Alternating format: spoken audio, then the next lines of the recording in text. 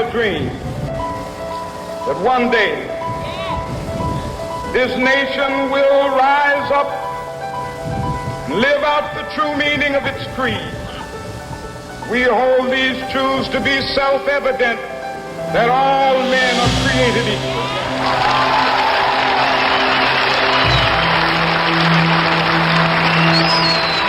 Because I have a dream.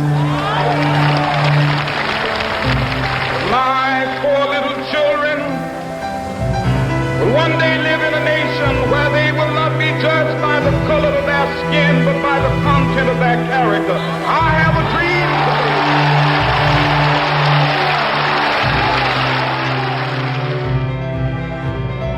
I have a dream that one day every valley shall be exalted.